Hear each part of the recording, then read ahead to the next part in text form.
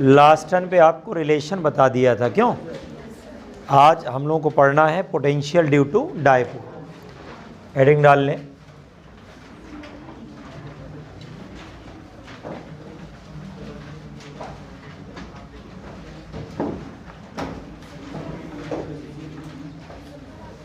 Heading डाल लें potential due to dipole, ठीक है? Potential due to dipole. इसमें पहली बात तो आपको डायपोल याद दिला दें। डायपोल क्या होता है? माइनस क्यू प्लस क्यू, ये सेंटर है इसका एल और एल। ये जो 2L होता है ये लेंथ ऑफ डायपोल है, लेंथ ऑफ डायपोल है। तो ये जो Q और 2L का प्रोडक्ट है इसको डायपोल मोमेंट बोलते हैं। ये Q और 2L का जो प्रोडक्ट है इसको हम लोग लेंथ ऑफ डायपोल मोमेंट बोलेंगे भाई। 2L क्या हो गया? लेंथ ऑफ द डायपोल हो गया, और Q क्या हो गया? चार्ज है भाई, चार्ज हो गया। तो चार्ज को जब आप लेंथ से मल्टीप्लाई करोगे तो क्या बनेगा? डायपोल मोमेंट बनेगा कि नहीं बनेगा? और डायरेक्शन कहाँ से कहाँ आएगी बताओ? माइनस क्यू से प्लस क्यू आएगी कि नहीं आएगी? माइनस क्यू से प्लस क्यू आ जाएगी। तो ये आपका Q इंटू 2L है और ये आपका डायपोल मोमेंट है, that is the dipole moment. ठीक, इतना समझ में आ रहा है सबको कि नहीं आ रहा है? तो पोटेंशियल ड्यू टू डायपोल की बात हो रही है। We are talking about potential due to dipole, ठीक है? अब आइए इसमें पोजीशंस की बात करें। सबसे पहली पोजीशन होती है एक्सियल, या इसको एक नाम और देते हैं एंड ऑन पोजीशन। क्या नाम देते हैं? एंड ऑन पोजीशन, है ना? एंड ऑन पोजीशन क्या होता है कि जैसे कोई डायपोल है और ये माइनस क्यू है, ये प्लस क्यू है, और ये इसका सेंटर हो गया। आगे बढ़िए आप, P पॉइंट है, यहाँ से R डिस्टेंस है, ये L हो गया, L हो गया। तो ये जो पोजीशन होती है इसको क्या बोलते हैं? Axial position. इस पोजीशन का नाम क्या है? एक्सियल पोजीशन होता है। इस पोजीशन का नाम होता है एक्सियल पोजीशन होता है ये। This is called axial position. Clear है? क्या नाम है इसका बताओ? एक्सियल पोजीशन होता है। ये हमारा क्या है? Q है प्लस वाला, ये माइनस वाला है, और ये कितना है बताओ? R माइनस L है, और ये वाली डिस्टेंस कितनी है बोलो? R प्लस L है। ये वाली डिस्टेंस R प्लस L है। बना लीजिए। यहाँ पर क्या हो रहा है? R माइनस L है और R प्लस L। ये आपका जो है माइनस क्यू प्लस क्यू, और ये आपका R माइनस L, और ये आपका क्या है? R plus L। ठीक। डायपोल के एलोंग, डायपोल के एलोंग अगर कोई पॉइंट है तो उसको क्या बोलते हैं? Axial position. ठीक है, उसका नाम होता है एक्सियल। अगर डायपोल के परपेंडिकुलर कुछ है उसका नाम क्या होता है? इक्वेटोरियल नाम होता है। डायपोल के अगर एलोंग है तो क्या होता है? एक्सियल, और डायपोल के अगर परपेंडिकुलर है तो इक्वेटोरियल। ये होता है, एक आपका एक्सियल है और दूसरा आपका इक्वेटोरियल है।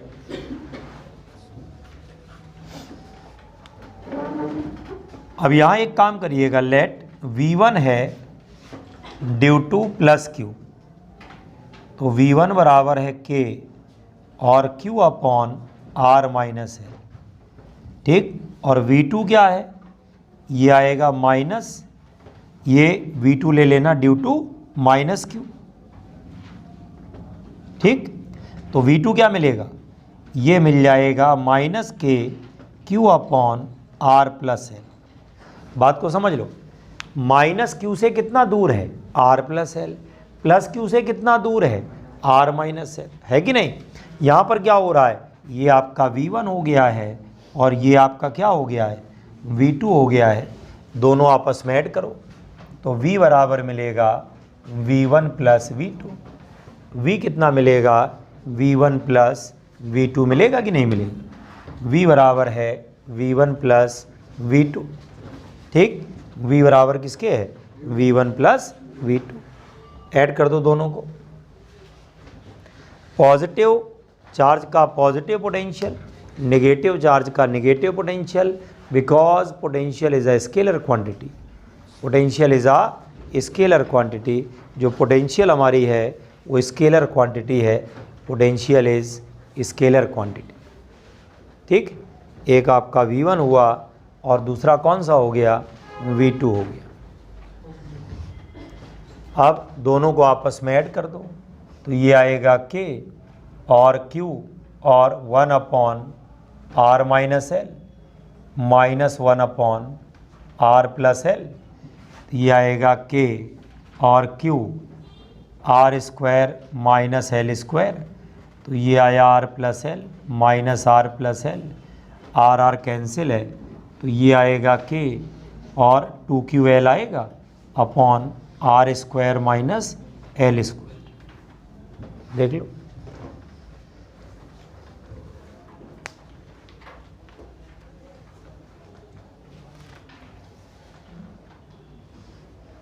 और ये जो 2QL है ये हमारा डाइपोल मोमेंट की इक्वल आएगा P के।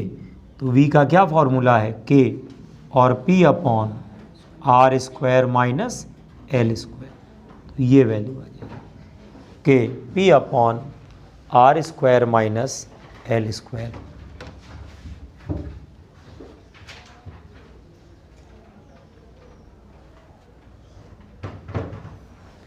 R square minus L square. ये डाइपोल की एक्सियल पोजीशन है। This is the axial position of the dipole.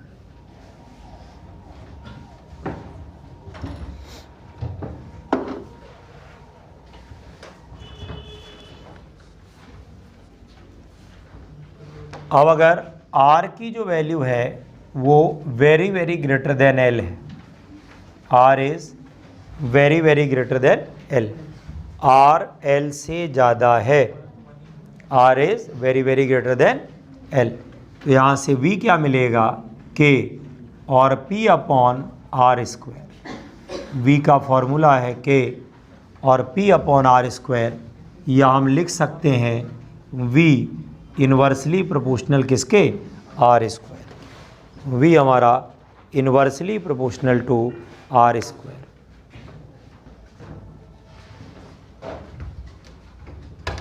V is inversely proportional to R square. तो ये एक्सियल या एंड ऑन पोजीशन कहलाती है, ठीक। आया सबको समझ में। डेरिवेशन हमने करा दिया है, ऐसा नहीं आप सीधे फॉर्मूला भी लिख सकते हो, समझाने के लिए बता दिया कि ऐसे हो रहा है ना। क्योंकि इलेक्ट्रिक फील्ड हमने काफ़ी दिन पहले इसका पढ़ाया था।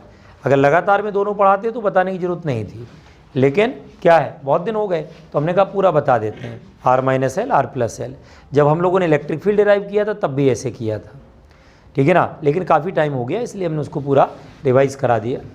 अब आगे देखिए दूसरी पोजीशन कौन सी होती है, इक्वेटोरियल। सेकेंड पोजीशन है इक्वेटोरियल, या इसको बोलते हैं ब्रॉड साइड ऑन पोजीशन। इसको बोला जाता है ब्रॉड साइड ऑन पोजीशन। क्या होता है भाई ब्रॉड साइड ऑन पोजीशन, ये देखो माइनस Q प्लस Q, और ये देखो ये परपेंडिकुलर बाइसेक्टर के ऊपर पॉइंट है। पॉइंट कहाँ है, परपेंडिकुलर बाइसेक्टर में। ये R है, ये L हो गया यहाँ से, ठीक है। ये हमारा यहाँ से मिला दो, दोनों साइड से डिस्टेंस कितनी है, under root of R square plus L square. इधर से भी कितना है, under root of R square plus L square आएगा। दोनों साइड से डिस्टेंस क्या है, इक्वल है। अब अगर ऐसा हुआ तो यहाँ पर V1 क्या आएगा, K और Q अपॉन कितना, root of R square plus L square, और V2 कितना आ जाएगा, minus K Q upon root of कितना है, R square plus L square. क्यों, दोनों को आपस में क्या करोगे, ऐड करोगे, टोटल क्या होगा 0। छप इक्वेटोरियल पोजीशन में क्या है, टोटल 0। बना लो।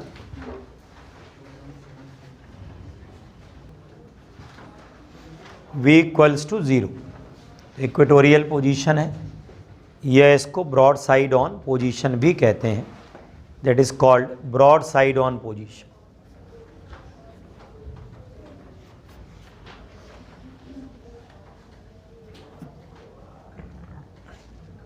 हो गया, इक्वेटोरियल या ब्रॉड साइड ऑन पोजीशन।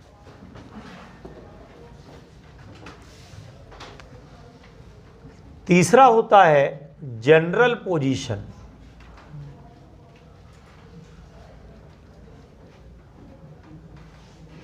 तीसरा होता है जनरल पोजीशन। तीसरा है जनरल पोजीशन।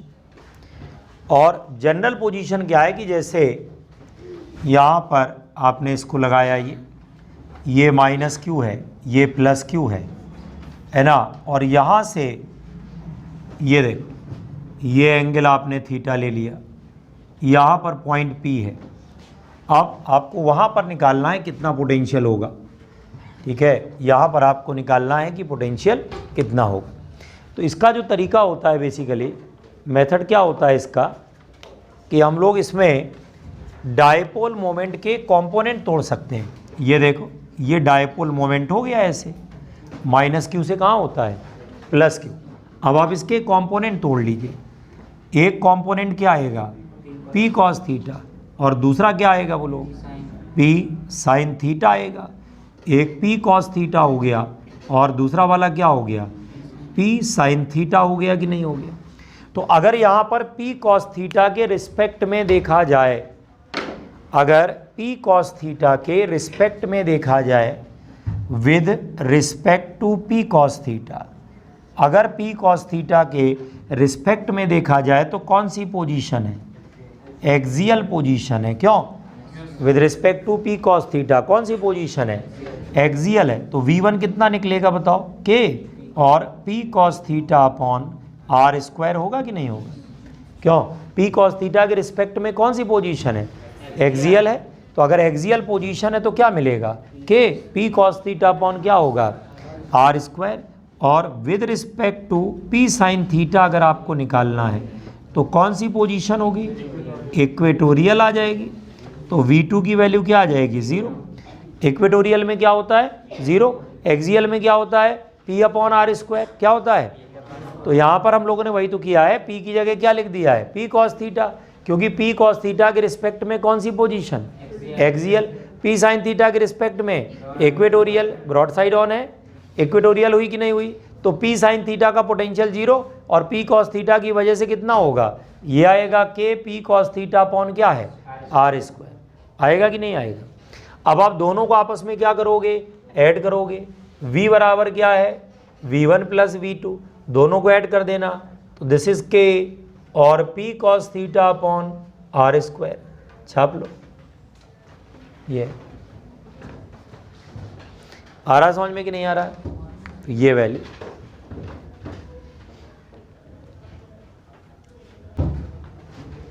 ठीक है। तो v बराबर के p cos theta upon are square. With respect to p cos theta axial है, with respect to p sine theta क्या है, इक्वेटोरियल पोजीशन है। तो ये कौन सी पोजीशन है, जनरल वाली।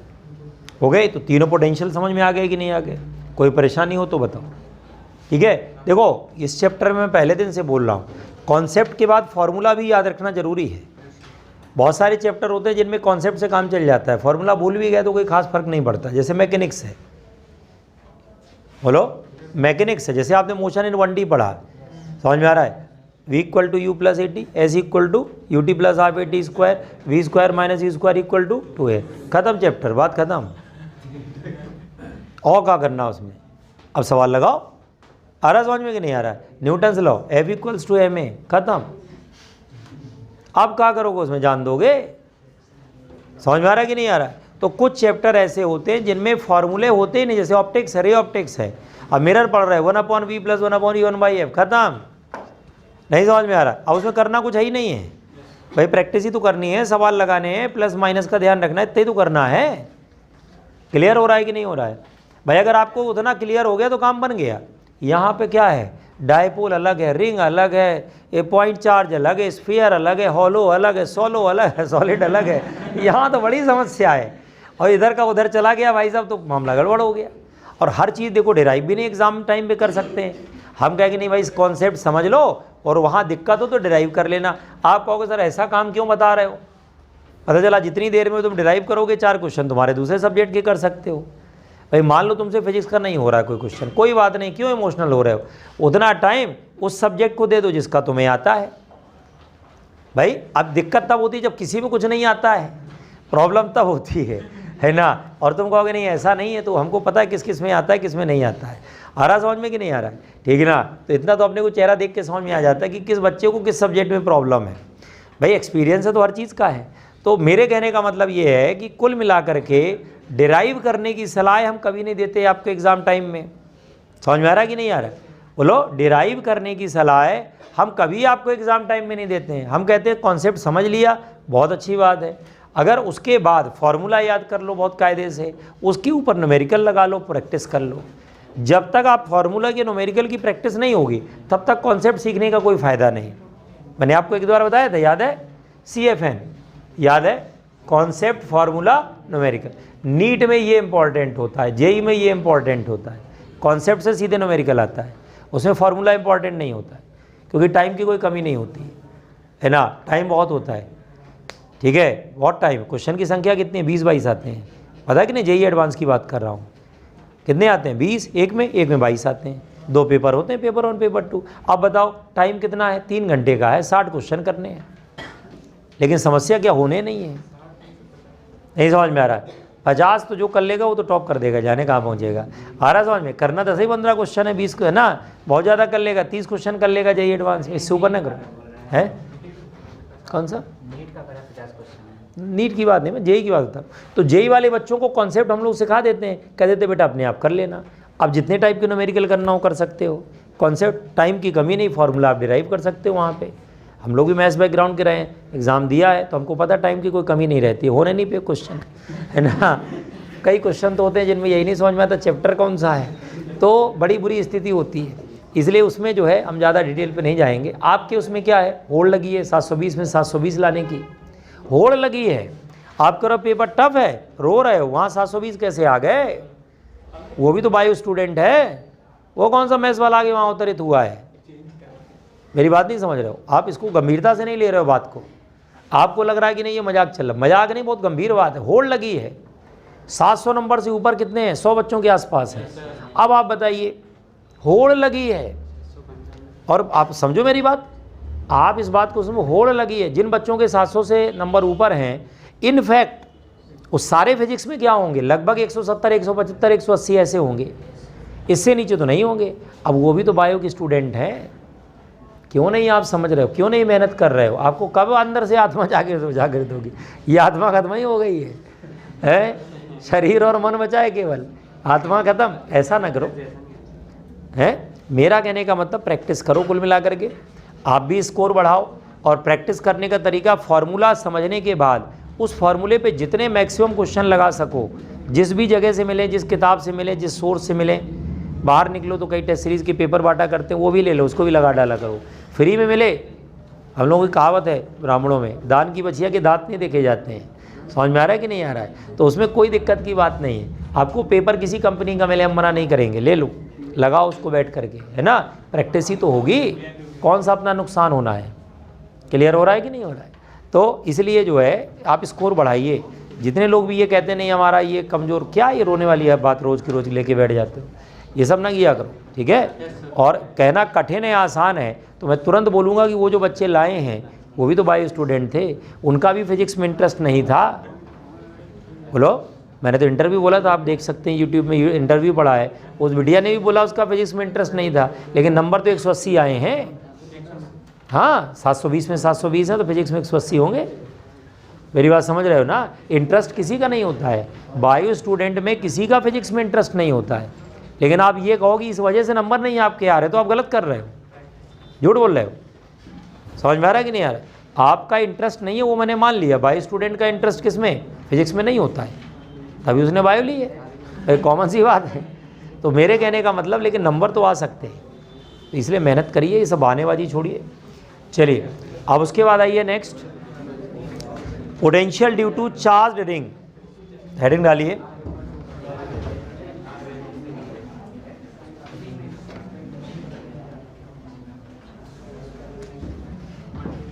हेडिंग डालिए, potential due to charge ring.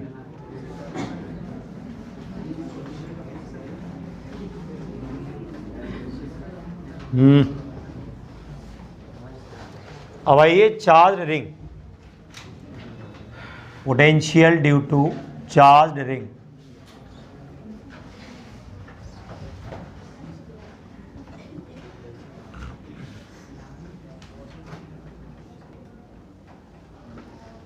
Potential due to charge ring,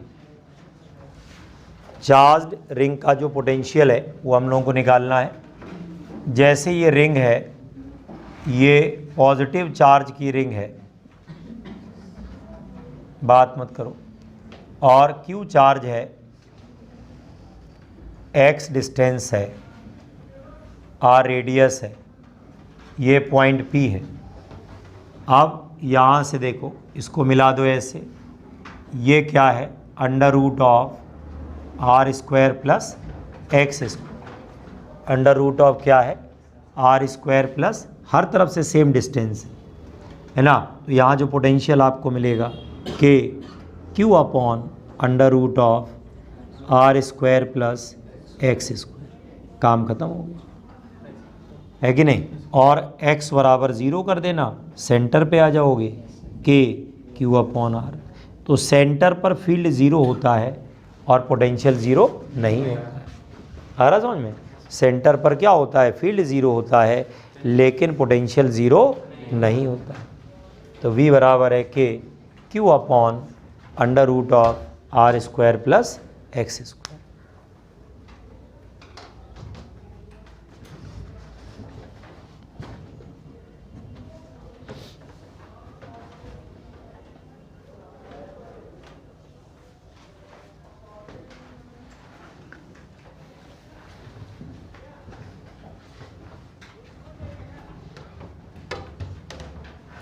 centre पर फील्ड जो है आपका 0 है लेकिन पोटेंशियल 0 नहीं होता है। Potential due to charge ring,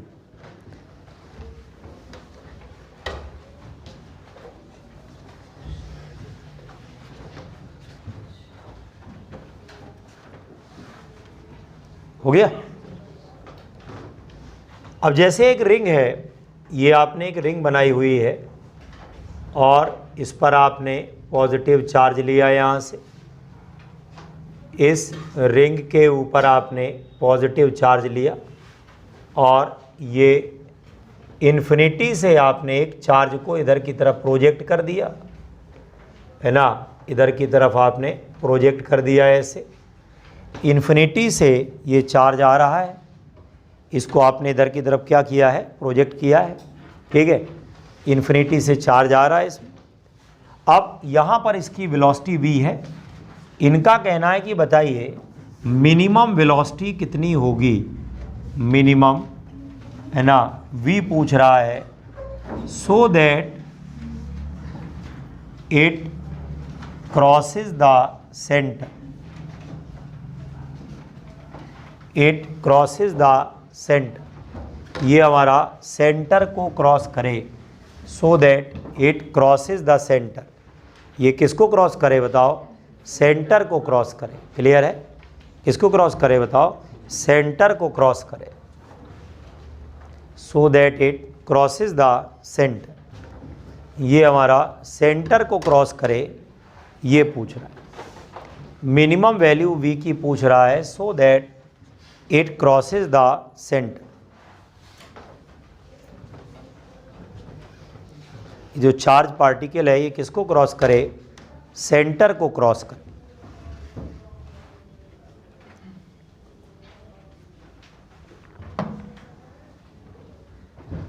so that it crosses the centre. Minimum velocity पूछ रहा है, so that it crosses the centre. It crosses the centre.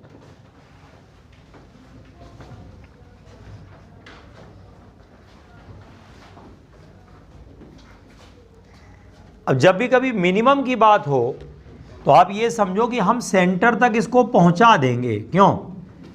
नहीं समझ में आ रहा? मिनिमम का मतलब हम पहुंचा देंगे, आगे जाए ना जाए वो बात अलग है। जैसे मान लो इस तरीके से कोई सरफेस है, अब कोई बॉडी उसको उधर भेजना है तो हम यहाँ तक तो पहुँचा देंगे और हल्का सा भी ज़्यादा वेलोसिटी होगी उधर चला जाएगा, ये अंडरस्टूड है। अब कितनी ज़्यादा होगी वो हम कैलकुलेट नहीं करेंगे, हम क्या करेंगे, हम ऊपर तक पहुँचा देंगे इसको, फिर आगे किसी ने धक्का दे दिया निकल लेगा वो। समझ में आ रहा कि नहीं आ रहा? तो बेसिकली क्या है कि हम कहाँ तक पहुँचा देंगे, सेंटर तक पहुँचा देंगे, पहुँचा देंगे कि नहीं। अब यहाँ क्या हो रहा है, मिनिमम वेलोसिटी पूछ रहा है so that it crosses the centre. तो क्या होगा, इसके लिए लिखेंगे the charge should at least, charge should at least cross the centre, cross the centre. जो चार्ज है वो कम से कम सेंटर को क्रॉस कर जाए। The charge should at least cross the centre, charge should at least cross the centre. Charge कम से कम सेंटर को क्रॉस कर जाए, it should at least cross the centre. Charge कम से कम सेंटर को क्रॉस कर जाए, charge should at least cross the centre. ठीक, it should at least cross the centre, ये हमारा सेंटर को क्रॉस कर जाए। इसका मतलब है charge should at least reach the centre. क्या कर लेंगे बेटा, क्रॉस हटा करके यहाँ क्या लिख लेंगे, रीच द सेंटर। क्या लिख लेंगे बोलो, रीच द सेंटर। ये कम से कम कहाँ पहुँच जाए बोलो, सेंटर पर पहुँच जाए। ये कम से कम कहाँ पहुँच जाए, सेंटर पर पहुँच जाए। It should at least reach the centre. ये कम से कम कहाँ पहुँच जाए बोलो, सेंटर पर पहुँच जाए। It should at least cross the centre ना बोल करके क्या बोलेंगे, रीच द सेंटर। पहुँच गया तो अपने आप चला जाएगा उधर। हम ये कह देंगे थोड़ा भी ज़्यादा वेलोसिटी होगी तो आगे निकल जाएगा। क्यों, हमारी बात नहीं मानोगे? भाई यही तो बोलोगे। भाई कोई अड़ सकता है, नहीं सर आपने उधर लिखा क्रॉस, इधर लिखा रीच, दोनों में बड़ा फ़र्क है। फ़र्क तो है, लेकिन अब आगे का हम क्या बताएं। भाई मान लो यहाँ वेलोसिटी हमने कहा 20 मीटर पर सेकेंड आ रही, मान लो, अब उससे ज़्यादा होनी चाहिए। अब आपने कहा सर इसका मतलब 20.1 लिख दें। हम क्यों क्यों क्यों कहें 20.1, 20.001 भी होगी तो काम बन जाएगा। थोड़ा भी ज़्यादा होगी तो क्या होगा, काम बनेगा कि नहीं बनेगा। इसलिए कभी भी यहाँ पर बहस मत करिएगा, हमेशा डिराइव करते हैं आइडियल सिचुएशन। क्या करते हैं, मिनिमम बोला तो बाउंड्री कंडीशन निकलेगी। क्या निकलेगी, आगे तो जाने कितनी वैल्यूज़ हो सकती हैं। अब आप देखिए यहाँ पर क्या होगा, ये इन्फिनिटी से आया है और यहाँ तक आ रहा है सेंटर तक, तो हम कॉन्सेप्ट कौन सा लगाएंगे, वर्क डन होता है चेंज इन काइनेटिक एनर्जी और वर्क डन होता है क्यू डेल्टा वी। दोनों को आपस में बराबर कर देंगे, आपको आंसर मिल जाएगा। क्या होगा, delta K E is equals to Q delta V आ जाएगा। क्यों, डेल्टा के ई कितना होगा, हाफ एम वी स्क्वायर होगा। क्यू डेल्टा वी करोगे, क्या करोगे बताओ, क्यू डेल्टा वी करोगे कि नहीं, तो ये आएगा क्यू डेल्टा वी का मतलब potential at the centre minus potential at infinity, यही तो आएगा। बोलो, potential at the centre minus potential at the infinity आएगा। कहाँ से आ रहा है, इन्फिनिटी से। अब ये देखो ये आएगा half m v square q, centre पे पोटेंशियल होता है K, capital q upon R, infinity पर 0 आ रहा समझ में। तो वी स्क्वायर बराबर 2k small q capital q upon क्या हो गया, आर एम। तो वी बराबर under root of 2k q small capital q upon R M. स्वाहा, कथा आ रहा समझ में कि नहीं यार, कथा समाप्त, बना लो। नहीं इसमें कोई दिक्कत है तुम्हें, नहीं इसमें कोई दिक्कत है, बात ख़त्म हो गई। अरे भैया हम क्यों मना करेंगे, अरे किसी भी लॉ के अगेंस्ट हम नहीं जा सकते, कंजर्वेशन ऑफ एनर्जी के अगेंस्ट हम कैसे जा सकते हैं, लेकिन कुल मिलाकर के ये अच्छा है, हम जो तरीका बताएंगे वो अच्छा है। ठीक, सही बात है ना, तुम जो बताओगे वो ख़राब होगा, बात खत्म होगा। हाँ नहीं, फिलहाल अभी तो है ही है।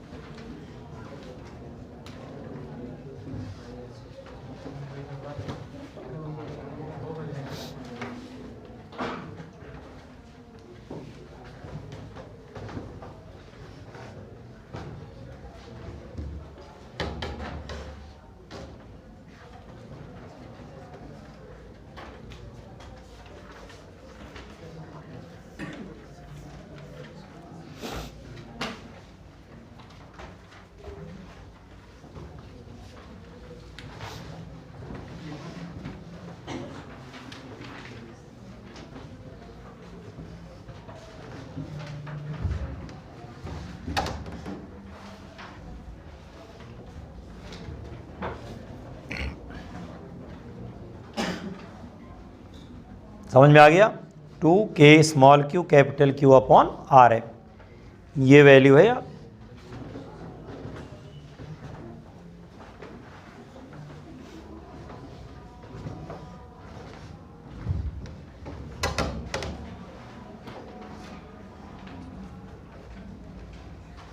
मिनिमम वेलोसिटी पूछ रहा था क्रॉस करने की, तो हमने कहा भाई इतनी आ गई, इससे थोड़ा भी ज़्यादा होगी तो ये दूसरी साइड चला जाएगा कि नहीं, इससे थोड़ा भी ज़्यादा होगी तो ये दूसरी साइड चला जाएगा, तो ये आपकी मिनिमम आ गई।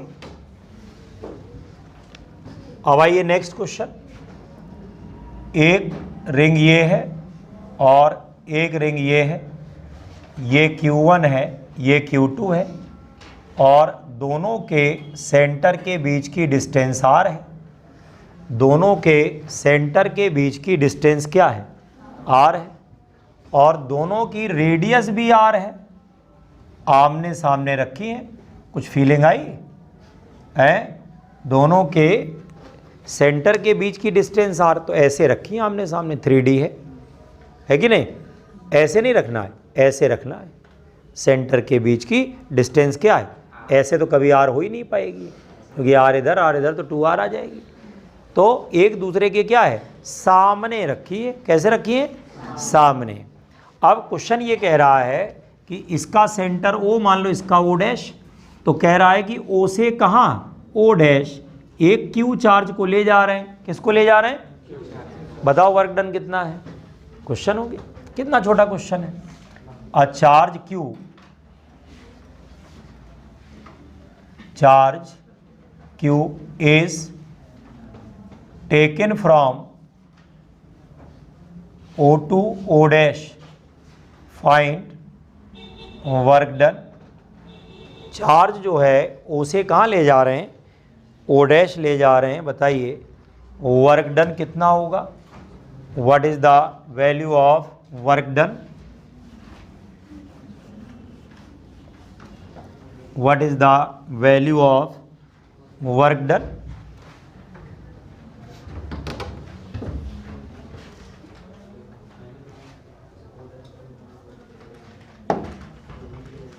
what is the value of work done,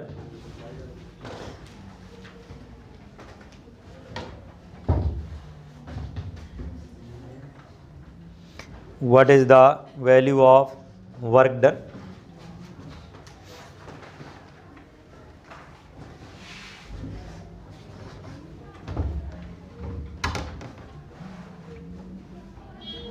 ठीक, वर्क डन की जो वैल्यू है वो पूछी जा रही है।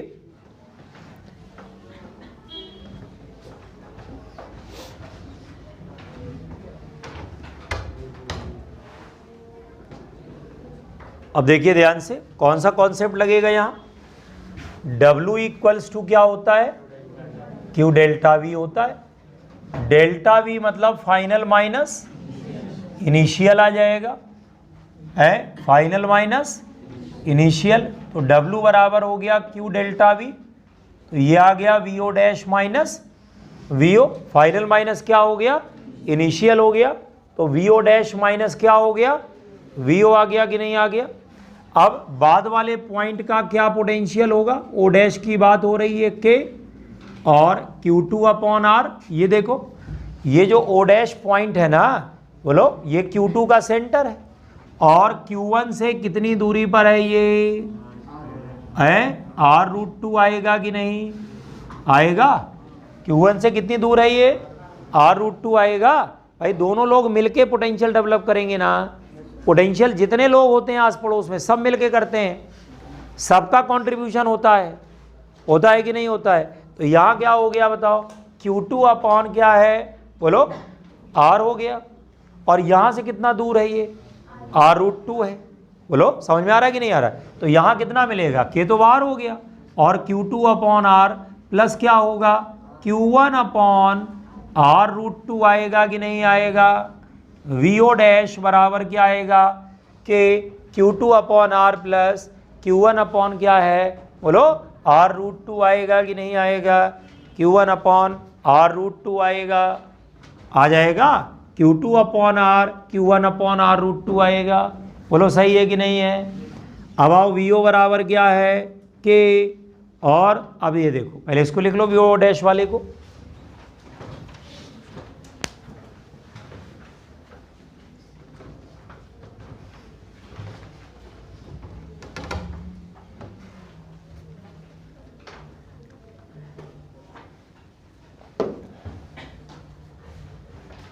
हो गया VO बराबर है K और ये आएगा Q1 अपॉन R प्लस और ये आएगा Q2 अपॉन R√2। ये कैसे आया, जो आपका O है ना, ये किसका सेंटर है, Q1 का, और Q2 से कितना दूर है, R√2 है। Q2 से कितना दूर है बताओ, R√2 है कि नहीं है, क्या हो गया ये K Q2 upon R plus Q1 upon कितना है R√2। VO क्या है Q1 upon R plus Q2 upon R√2 आएगा कि नहीं आएगा, आएगा। अब दोनों को क्या करोगे, माइनस माइनस माइनस, क्या मिला भाई, delta V equals to K, या बाहर है R बाहर ले आओ, अंदर आएगा Q2 plus Q1/√2 minus Q1 और minus Q2 by √2, minus Q2 upon क्या होगा √2 आ जाएगा, ठीक आएगा कि नहीं आएगा। अब आप यहाँ से देखो, ये देखो ये दोनों प्लस में है, ये दोनों क्या है माइनस में है, ये देखो K अपॉन R, ये क्या हो गया बेटा Q2 minus Q1, minus common ले लो Q2 माइनस Q1 अपॉन √2 आएगा, क्या कॉमन ले लो भाई लोग, Q2 माइनस Q1, तो K upon R Q2 minus Q1 1 minus 1 upon √2 आएगा। ये डेल्टा V हुआ कि नहीं हुआ, छाप लो।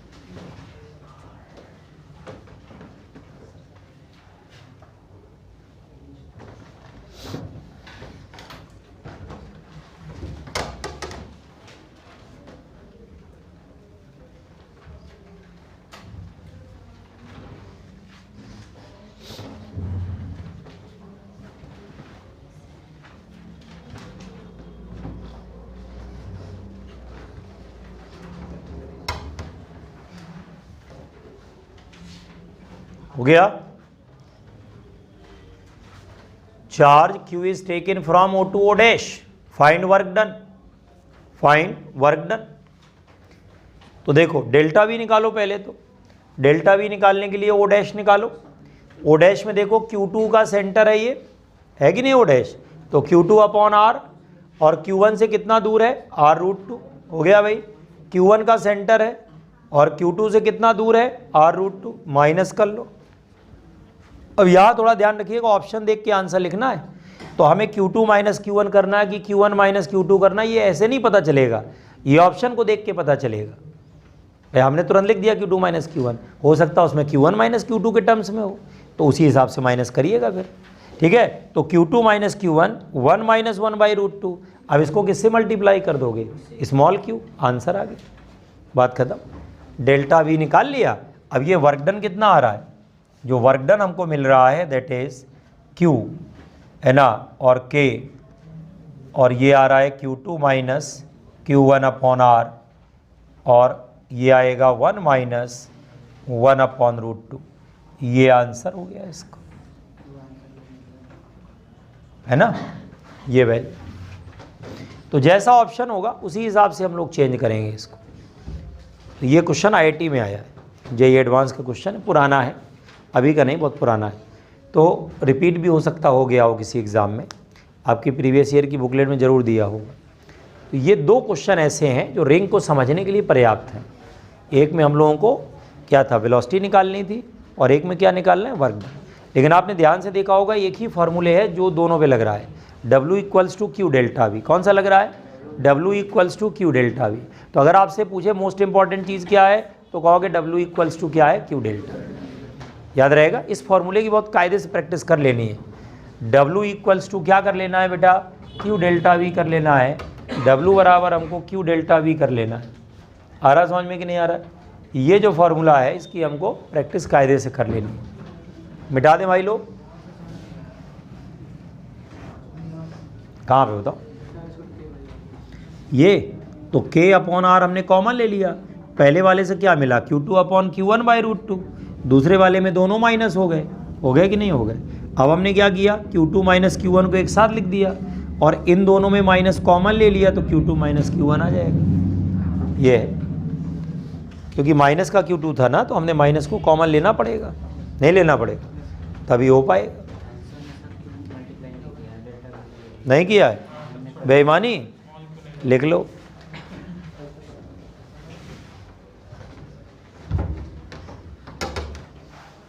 समझ में आ गया, बहुत बढ़िया, मिटा दिया जाए इसको भाई।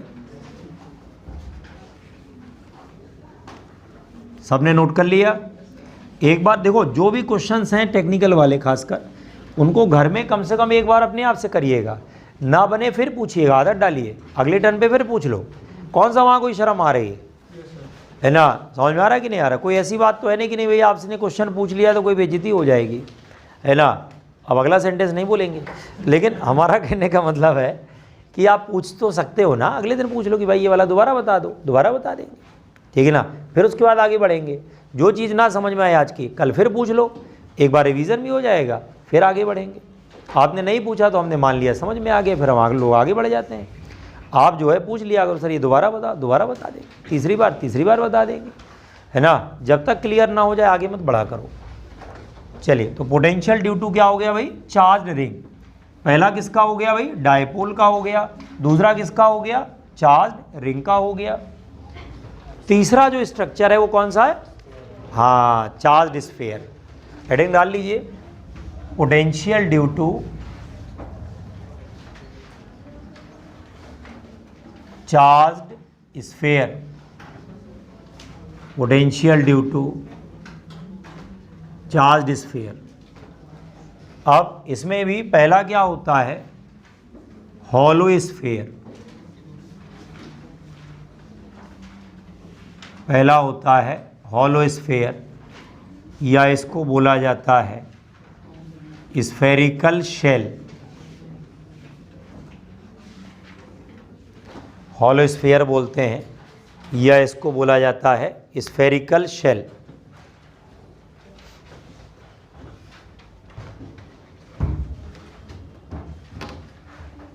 हो गया, स्फेरिकल शेल बोला जाता है, that is called spherical shell. क्या है कि जैसे यहाँ पर आपने चार्ज दिया है ऐसे, ये आपने पॉजिटिव चार्ज का स्फीयर लिया, आर रेडियस है, और यहाँ पर क्या है, आगे बढ़ेंगे, ये पॉइंट P है, ठीक, ये हमारा जो पॉइंट है ये क्या है, P है।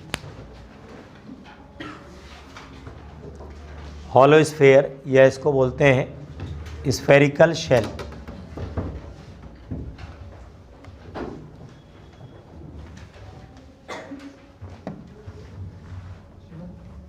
हो गया। अब देखिए 3 केस करेंगे, वही आप भी जानते हो, एक आउटसाइड, एक सरफेस, एक कहाँ होगा, इनसाइड। हम लोगों ने जब इलेक्ट्रिक फील्ड डिराइव किया था 3 ही केस तो लिए थे। पहला कौन सा है, आउटसाइड, फिर कौन सा है, सरफेस, फिर कौन सा है। 3 केस होते हैं कि नहीं होते। तो पहला देखो, अगर आउटसाइड का लेते हैं, R greater than R, outside है ये, R greater than R, outside वाला केस ले लिया जाए। अगर आउटसाइड वाला केस लेंगे, आर ग्रेटर देन आर लेते हैं, मान लो आर अगर ग्रेटर देन आर लिया जाए तो क्या होगा, आउटसाइड की अगर बात करें तो क्या होगा। तो आउटसाइड में मैंने एक बार बताया था कि इस पूरे चार्ज को सपोज कर सकते हैं कहाँ रखा है, सेंटर पे, सेंटर ऑफ चार्ज। क्या बताया था, सेंटर ऑफ चार्ज। जैसे सेंटर ऑफ मास होता है वैसे ही क्या है, इसको हम लोगों ने इलेक्ट्रिक फील्ड निकालते समय डिराइव किया था गॉसियन सरफेस बना के। अंत में ये पता चला था कि हम ये सपोज कर सकते हैं कि सारा चार्ज कहाँ रखा है। तो पहले ही ना सपोज कर लें भाई, वहाँ तक जाकर के इंटीग्रेशन डिफरेंशिएशन जो भी करना पड़े और अंत में निष्कर्ष ये निकले कि यहाँ पे चार्ज मान लो, तो पहले ही मान लो।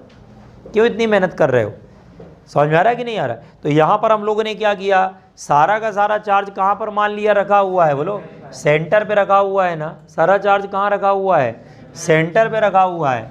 तो यहाँ पर V का फॉर्मूला पॉइंट चार्ज का आएगा, के क्यू अपॉन क्या होगा, आर आएगा कि नहीं आएगा, बना लेंगे। ठीक है, सेम वही फार्मूला हमने बता दिया जो किसका था, पॉइंट चार्ज का था। सेम फार्मूला वही बता दिया जो पॉइंट चार्ज का था, K q upon R, K q upon R.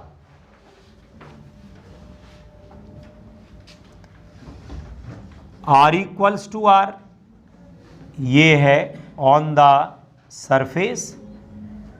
R equals to R कहाँ पर है, ये सरफेस पर है।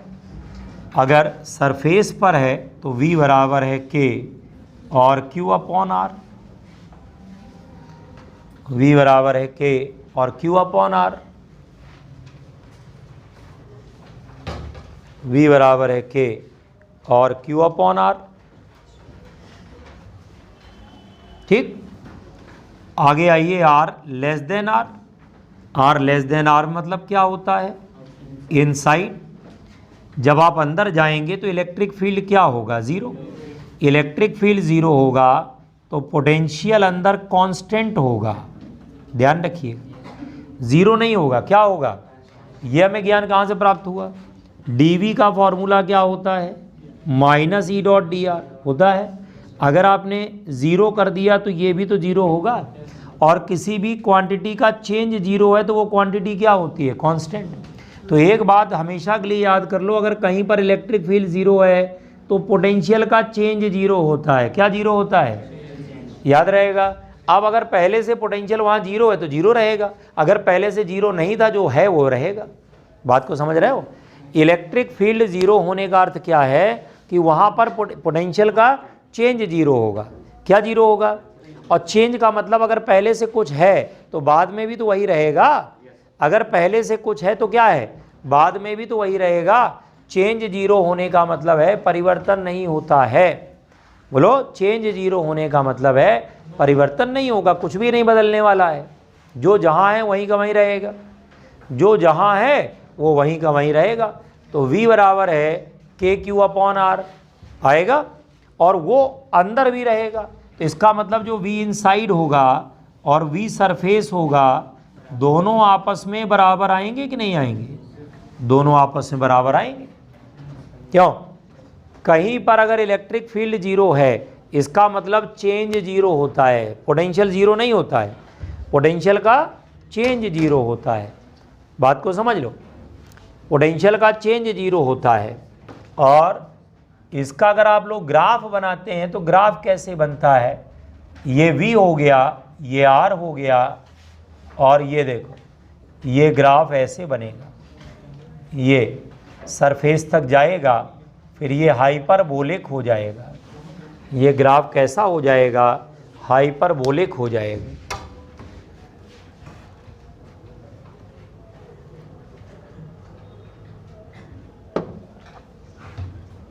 क्या हो जाएगा, हाइपरबोलिक हो जाएगा।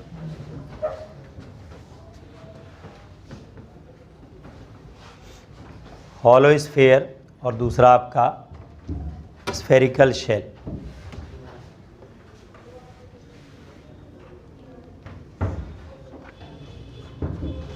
हो गया।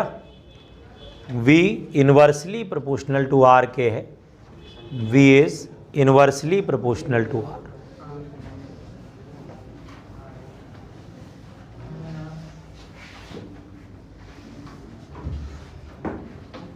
अंदर भी उतना ही पोटेंशियल है जितना सरफेस पर। क्यों, अंदर फील्ड क्या है, जीरो। याद है ग्राफ उसका कि नहीं याद है? अगर हम लोग इलेक्ट्रिक फील्ड का देखो ग्राफ बनाए तो कैसे बनता है, बात नहीं करो। इलेक्ट्रिक फील्ड है, ये R है, और ये ग्राफ आपका ऐसे बने, ये इलेक्ट्रिक फील्ड का ग्राफ है। यहाँ पर इनवर्सली प्रोपोर्शनल किसके है, R स्क्वायर के, है ना। ये ग्राफ हम लोगों ने बनाया था इसका।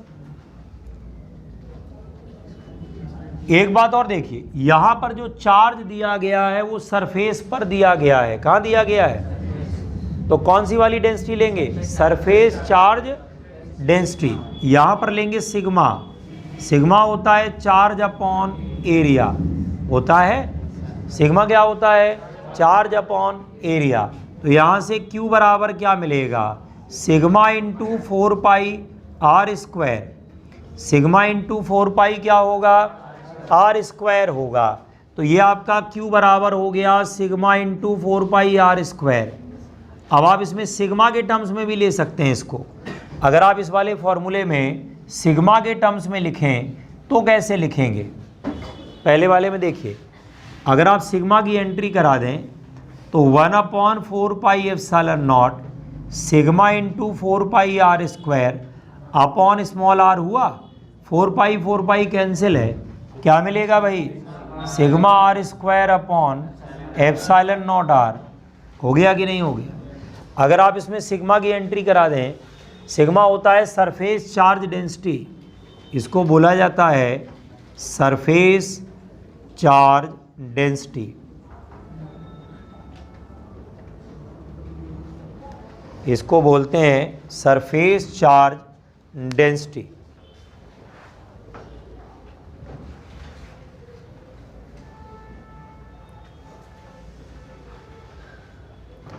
इसको बोला जाता है सरफेस चार्ज डेंसिटी।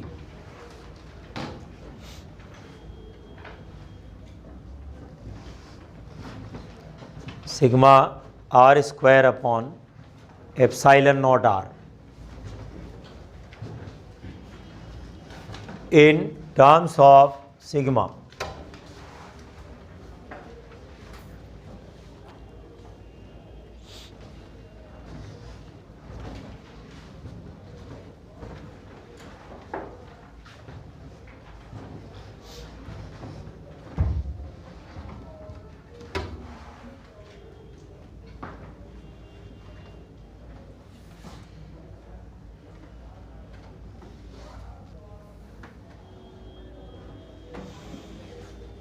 ठीक है। अब देखिए, अगर स्मॉल r कैपिटल R बराबर है तो ये आ जाएगा sigma R upon epsilon not. Sigma R upon epsilon not, sigma R upon epsilon not.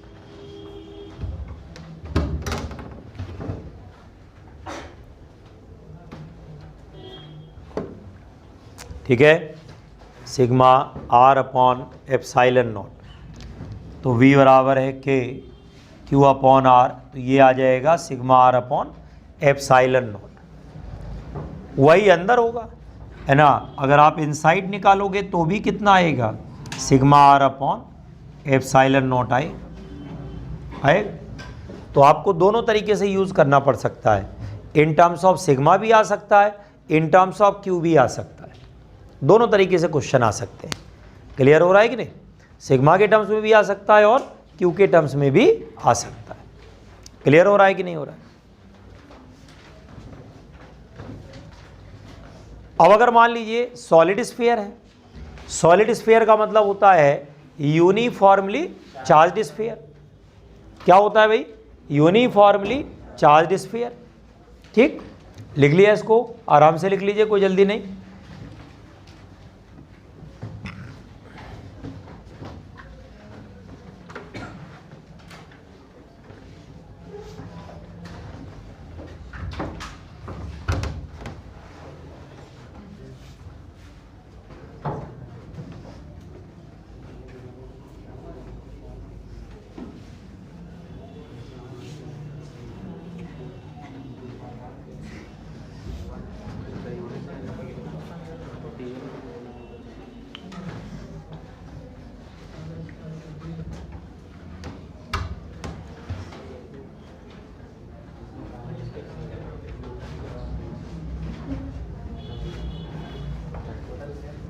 हो गया। अब आइए solid sphere. Second is uniformly charged sphere, है ना, यूनिफॉर्मली चार्ज्ड स्फीयर। अब इसमें अंदर भी चार्ज होता है, पूरे में चार्ज फैला हुआ है।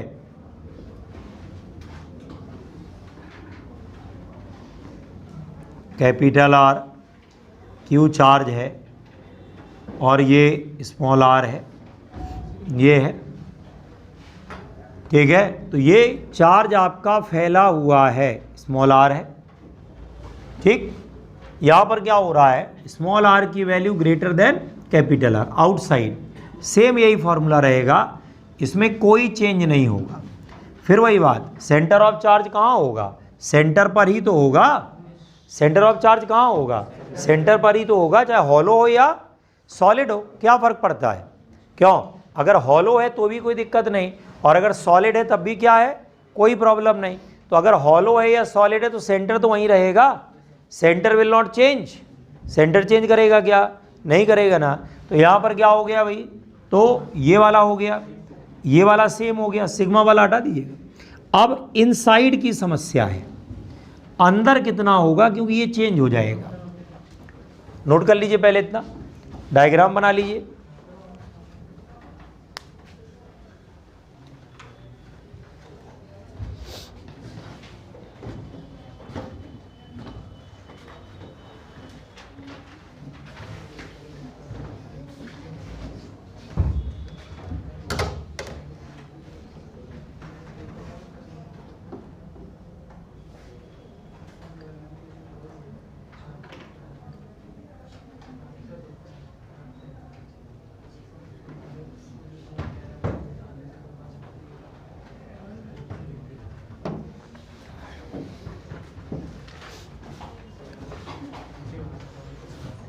हो गया।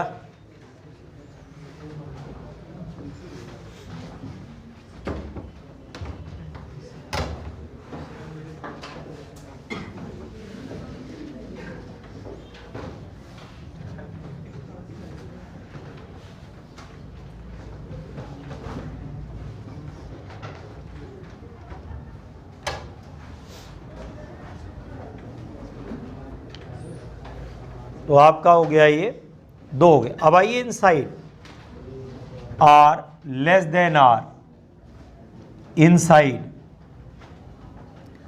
Are less than R, inside. अंदर वाली अगर बात करें, सुनिएगा, अगर अंदर की बात करें, इनसाइड की बात करते हैं अगर, तो क्या होगा, वहां पर इलेक्ट्रिक फील्ड कितना होता है, के क्यू आर अपॉन आर की पावर 3। याद है कि भूल गए? यही होता है कि नहीं? अंदर इलेक्ट्रिक फील्ड कितना होता है, के क्यू आर अपॉन आर की पावर 3। फॉर्मूला याद रखिएगा, डी वी इक्वल्स टू क्या मिलेगा, minus E dot D R मिलेगा। क्लियर है? इसका dv का इंटीग्रेशन करेंगे कहाँ से, सरफेस से लेकर के v तक, माइनस के क्यू आर अपॉन आर की पावर 3 डी आर, कहाँ से, कैपिटल आर से स्मॉल आर तक। कहाँ तक करेंगे, फिर से सुनो, सरफेस तक आते आते पोटेंशियल बदला, सरफेस तक आते आते पोटेंशियल बदला, अंदर जाने पे नहीं बदला, बदला क्योंकि अंदर इलेक्ट्रिक फील्ड है। हॉलों में बदलता था, नहीं बदलता था, इसमें बदलेगा क्योंकि वहाँ इलेक्ट्रिक फील्ड नहीं है। अब यहाँ क्या हो रहा है, यहाँ तक तो बदल रहा है सरफेस तक, अंदर जाने पर क्या है, चेंज करना, निकालना है कितना है। तो मैंने ये कहा ना कि इंटीग्रेशन कहाँ से करोगे, सरफेस से अंदर तक करोगे, कैपिटल आर से कहाँ तक करोगे, स्मॉल आर तक करोगे कि नहीं करोगे, यही तो करोगे है ना, और नहीं करोगे तो गलत हो जाएगा। तो अब यहाँ से जब इसको इंटीग्रेट करके सॉल्व करोगे, करना नहीं। अच्छा, कई लोग डर जाते हैं, इंटीग्रेशन का साइन आया अब तो होगा, कोई ज़रूरी नहीं कि होगा, सिर्फ समझाने के लिए लगाया है। अब इसको जब सॉल्व करोगे तो ये आएगा के क्यू अपॉन 2r की पावर 3 और ब्रैकेट के अंदर 3r square minus small r square, छप, ये याद रहेगा। अंदर जाने पर कितना पोटेंशियल होगा, ये उसकी प्रोसेस है और ये फाइनल फॉर्मूला है। आया समझ में? अगर मन करे, अगर कहीं आत्मा जागृत हो जाए किसी दिन की नहीं करना है तो कर लेना इंटीग्रेट करके, क्यों, कोई बड़ा इंटीग्रेशन तो है नहीं। यहाँ पर r की पावर 1 है तो r स्क्वायर बाई 2 ही तो आना है, वो साफ साफ यहाँ दिख भी रहा है, दोनों चीज़ें आई हैं। लिमिट रख देना है, upper limit minus lower limit. और दूसरी बात, सरफेस वाला पोटेंशियल उधर जाके ऐड हो जाएगा, है ना, इतना काम करना है, बना लीजिए।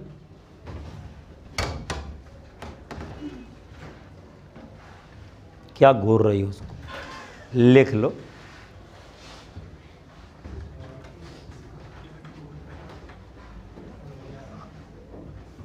ठीक है,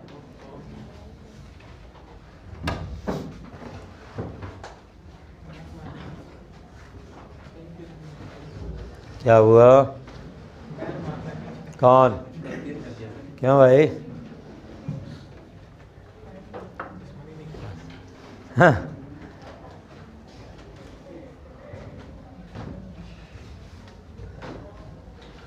लिख लिया, ठीक है। अब देखो यहां पर स्मॉल आर स्क्वायर आ रहा है, क्यों, अगर कल को अपना मन करे कि ग्राफ बनाना है तो आप अपनी अंतरात्मा से पूछ के बताइए कि ग्राफ की शेप कैसी होगी, है, अंतरात्मा ही नहीं, क्यों, आर का स्क्वायर लगा है तो ग्राफ कैसा बनना चाहिए, पैराबोला। अगर वेरिएबल की पावर 2 है तो ग्राफ कैसा होता है, तो अंदर वाला जो ग्राफ बनेगा वो कैसा होगा, पैराबोलिक होगा। कई लोग ये अंतरात्मा सो चुकी है, जागो। तो ये देखो, तंत्र मंत्र करके लोग जगाते हैं, ये देखो, ये पैराबोला है और ये है हाइपरबोला। पसंद आया ये?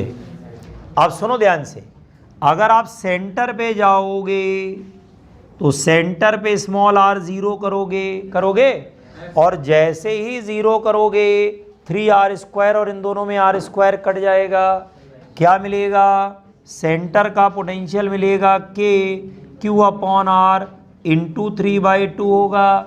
ये कौन है, सरफेस वाला, तो सेंटर का पोटेंशियल 3/2 टाइम्स ऑफ Vs होगा,